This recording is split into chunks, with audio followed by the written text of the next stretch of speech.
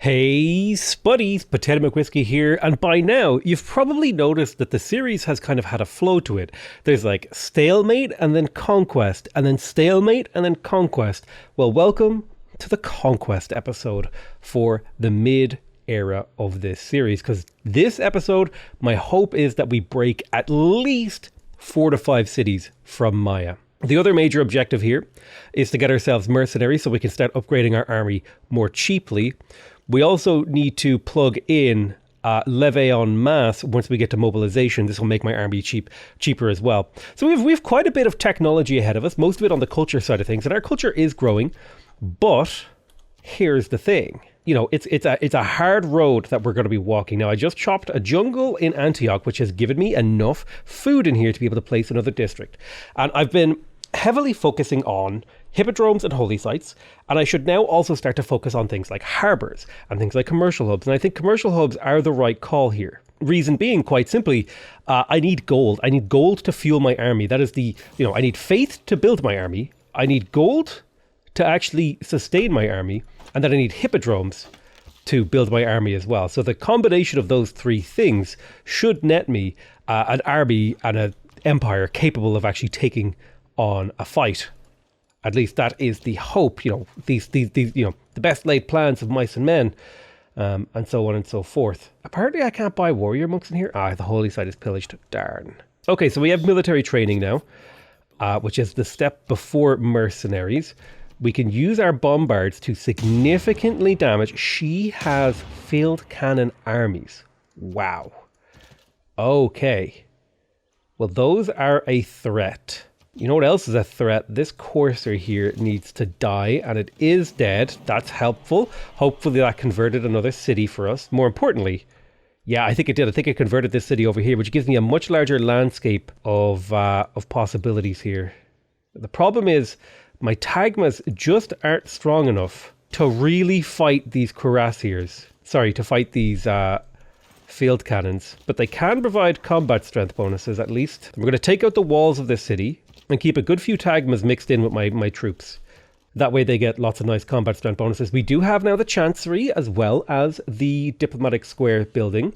The two buildings that give you envoy points, essentially. So we're generating envoys at a good clip now. Let's go ahead and get more spies. We want to put some spies into Egypt. Holy site, hippodrome. And again, I could probably make good use of things like a campus or a theater square. But what I really, really, really need right now is the gold. I need a sustainable gold income, and actually to be able to upgrade my Tagmas, because that's the big key part that I'm missing now is being able to, it's like the holy site got me a religion. The hippodrome got me an army, and now the commercial hub is going to sustain that army. And then everything I get else, like passively, I get through expansion, right? My culture and science will come from expansion. God damn, field cannon armies. See, this is this just really, really, really, really, really hammers home just how bad it was for me to get delayed in the process. Like that Nubian, everything that is causing me trouble here all stems back from that delay, the Nubian War delay. It all feeds back to that one moment that has now become a major thorn in my side. Now, I think I can take this city this turn. If I position carefully, we can damage it here. We can damage it here. And then we can take it here. Okay, so that gets rid of one of those field cannon armies. Let's upgrade a Tagma. We will be keeping the city. It is Johannesburg. We could have liberated it, but I don't need to liberate it, so I won't. I'll get a cuirassier up here to attack, do a little bit of damage. Otherwise, I think we're going to push north to kill Egypt, because Egypt will be an easier target. And we can snowball off of killing them. All right, nice. We chopped out a trader in here. We chopped out a full commercial hub, actually, which is kind of unheard of for me. Get a full commercial hub, but a couple of chops. Easy peasy, easy clap. Let's take suzerainty of Cahokia, actually. It's probably a good idea. Mostly just for the extra gold and stuff like that, and the vision, and just having control of them. Seems like it might not be too bad of an idea. Now, this is where our religious units come into the fray, where they can move in finally. They've been sitting around waiting for the opportunity to convert this city. And by converting that city, we now make it a place where we can move in quite easily with the troops and start blasting the walls down with heavy cavalry. Okay, let's continue to renew missions here. You're a little bit hurt. We got to kind of figure out where we position these cuirassiers for the assault. If I move you up left, you're no longer in range of both encampment and city, so you can hit pretty hard and then level up next turn. You need to fall back to heal, and so we will fall back to heal. I think route seems like it's a reasonable one. Route just helps clearing off the battlefield, to be honest with you. So I don't think these bombards are going to be extremely useful right now, at least not until they're artillery with 3 range from combat balloons. But they played their part, they helped a little bit.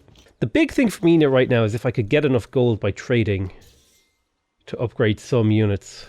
Like even just a Tagma here turning into a Cuirassier would make a difference. I wonder what else I can chop out at Antioch. I mean, theoretically, I could get an aqueduct in here. Why not? It's an extra 2 housing. What else have we got chop-wise? There's a couple little chops here we could do.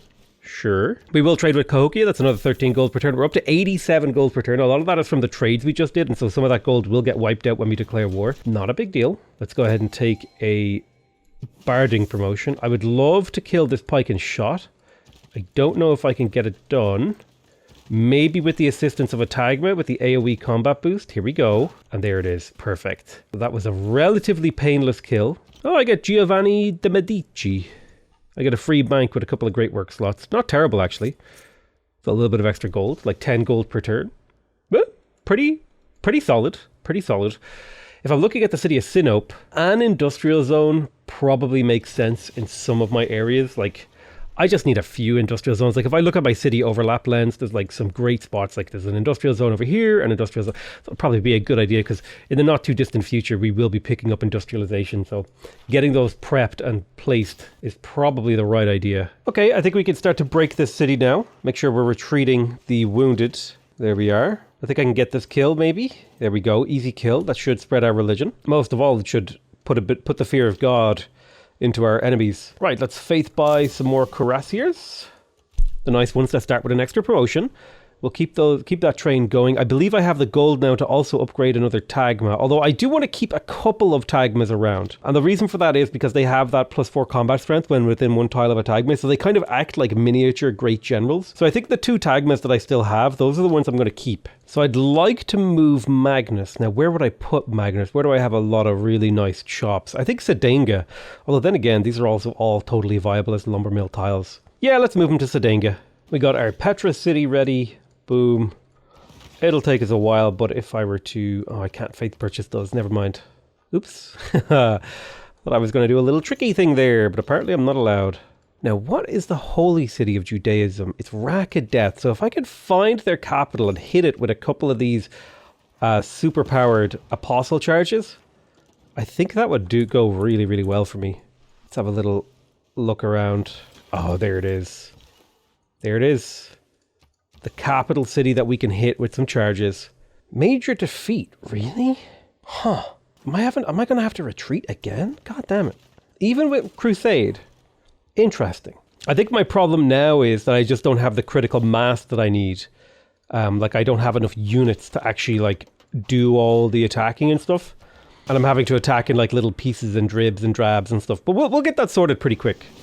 Ooh, that's an enemy debater. Let's do a little bit of a gentle retreat and just drop as many charges as possible so we can flip a city or two here. But here comes the counterattack. It should be a fairly simple one to defeat. I think this may actually be the best the AI has ever defended against me in a military game. Like, I'm actually in awe of how terrible these warrior monks are that they made this game go so poorly for me. Like, Byzantium is the most roll your face across the keyboard civ in the entire game, and 2 minor setbacks obliterated my abilities. I'm almost tempted to actually restart the game, completely ignore warrior monks, and just show you how good Byzantium can be, but you know, I'm committed to this terrible game. I'm committed to it. Like, I don't even have great generals. Oh God, it's so bad. It's such a bad game I'm having right now. Alrighty then, let's make sure we get rid of this Cuirassier. Boom, he's dead. Step you across, move you here. Attack and attack. There we go, easy kills. We're killing them pretty easily. Like the combat part of the game is quite simple. It's the sustain. We don't have the sustain to keep up and keep hitting cities. It's like a little bit of a tactical maneuver, you know. We attack, we retreat, we attack, we retreat, we attack, we retreat. It's just kind of part of the... We're doing a dance right now. That's what's happening. We're doing a little dance. We're dancing back and forth. It's not a big deal. I'm still in awe at how badly I got screwed by Nubia just not having units for me to kill. Like, this is like the entire game is a tale of getting screwed by Nubia. Like, that's how I feel. That really is. It really is. That's how I feel about this entire game, is that one little perturbation in the fabric of a game. I guess probably a more accurate way to phrase it is that I didn't bring missionaries to my war with Nubia. You could, heavy cavalry would be amazing here if we could get this to pass. It's very unlikely that we will, though. I would also like units to be cheaper to purchase with faith, but AI usually goes for production. Maybe I can make that switch. We'll see. Yeah, production and ranged pass. Those are kind of what I expect. Yeah, if I had just brought missionaries with me, like a missionary with my warrior monks against Nubia, it might have worked a little bit better. Where's my Tagma? I bring the Tagma up to provide these guys with extra combat strength. We hammer the city. You have a promotion, so I can get you to there and promote you. You're not ready to promote. Trying to preserve my units is a difficult task because I just take so much damage every turn. In fact, I need to remove this Tagma because he's going to get double shot by that city and he won't survive it. Honestly, this is a heroic defense from Maya. Like, I'm genuinely baffled as to how well they've managed to pull off a defense here. I think we are getting close to breaking them, however. Although every time I say that, more units appear out of the fog of war.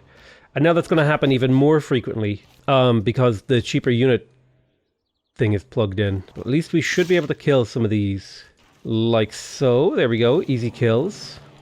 Yeah, and I'm running into the problem where I just don't have enough stuff. We have almost broken the walls in here, so that's going okay. And I'm starting up the hippodromes on the front line now. So our military score will continue to increase. It's kind of baffling. I have so much military score and I'm still struggling. Is this how it feels to be a normal player? Perhaps. But yeah, again, I kind of talked about this earlier, but I really do feel like this is like the definitive nail in the coffin for warrior monks for me. If you can make if you can make like domination in a Byzantium game seem weak, I feel like that's a terrible unit. Wow, units out of the... Jesus. They really don't want to lose the city. Okay, I'll have to play it a little bit carefully here. So I want to use my Tagma here and here. 2 kills easily. Hit that field cannon to get it to retreat. I need to break the walls in this city. God, he got a cuirassier army into that city to make it like impossible to break. My big problem is iron. Can I buy some iron? If I was able to buy iron, it would make my life so much easier. Yeah, just give me all that iron. Now I can go through and just be like, hey, cuirassier, cuirassier, cuirassier, and a cuirassier. Like, this should be a massive expansion of my army because I'm about to lose a bunch of units in this war. I think part of the problem is I went for just a really generally weak build.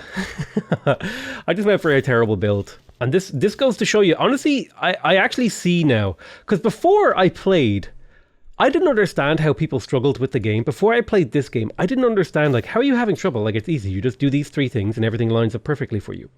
And now I can see how easy it is to actually, like, get yourself into a place where, like, it's hard, where you can't overcome. Like, because usually I'm in a really good place in my games. Like, I'm dominating.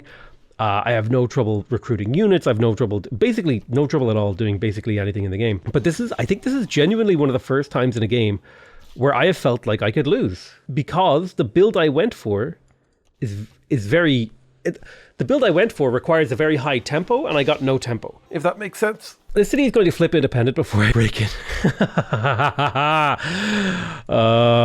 Just throw everything at the city. Okay, we took control of it. I couldn't let it go independent. And we can continue to get a few kills here with my cuirassiers. And now Egypt has had time. Egypt has had time to build up their strength. So it's not going to be like a pushover like I was hoping. That is my frustrated laugh, by the way, if you're wondering. God, Jesus Christ, I'm 20 technologies behind some of these guys. Ooh, that's painful. To be fair, most of them are like 1-turn techs on the top half of the tech tree that I don't care about, because I'm beelining for oil and tanks. Okay, I think what we're going to do is get a quick temporary peace with the Mayans for like all of their gold and like one of their great works, I guess, and we'll just like take a quick temporary peace. Oh man, I forgot to denounce Egypt. But we'll do a Golden Age war on Egypt So we can go in there and not generate as many grievances. This will also give a few turns for the grievances we have against Nubia to drain away. It's only at a rate of 5 per turn, but draining them away will help a little bit. And I can redouble my efforts on attacking someone who should be a little bit more vulnerable to these attacks. One thing I lack is roads through this area. There's no like through road. So I'm going to buy a stable and an armory in Amasia, because then I can use this as a cuirassier recruitment ground, and they'll start with a 50% experience boost and the Matterhorn bonus and a free promotion because it's a victor city. So this is like the ideal location for me to recruit my army here. And this was the plan all along. It took me a long time to get to this, but it was the plan. The lack of great generals disturbs me greatly. God damn, Arabia is just chomping away at those great generals, man.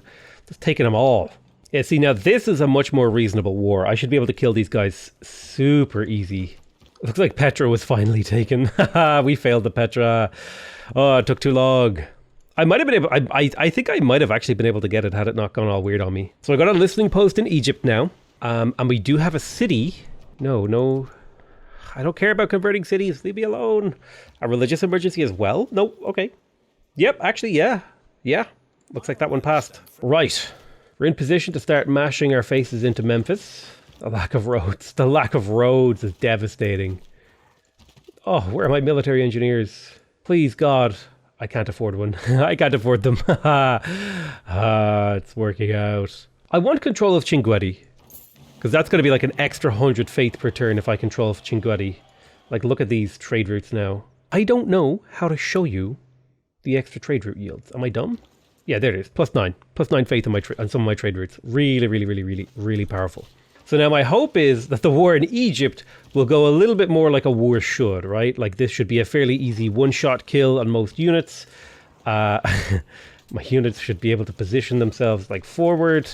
Yeah, like this looks a little bit more like how things, like I already am advancing. Jesus, finally, you know, I was starting to get a little bit, the Civ 6 depression was starting to settle in. I was like, dude, am I actually going to get like a break here? Am I going to get, you know, a good turn that really shows off the power of my Civ? And it took a while, but we did get there. We did get there. Now, the city of Memphis should fall fairly easily, especially with bombards blasting away at it. Do a little potato. I definitely want to, well, I don't need pillages anymore, so I think I can just go hammering on the city. I could use maybe like 2 to 3 more cuirassiers up north, and then that should be enough to take out Egypt, and then I'll need a bunch of cuirassiers down south here to get ready to go fight the Mayans. Mindful guys who punch real good is starting to spread into Rakadet. I do need to kill a decent amount of Egyptian units to really get it to spread there. What I could do is, where's my nearest holy site? Over in Koba. I could get myself a couple missionaries to send up north. Probably seems like an okay idea. City is now under siege, which is what I would consider to be an ideal scenario.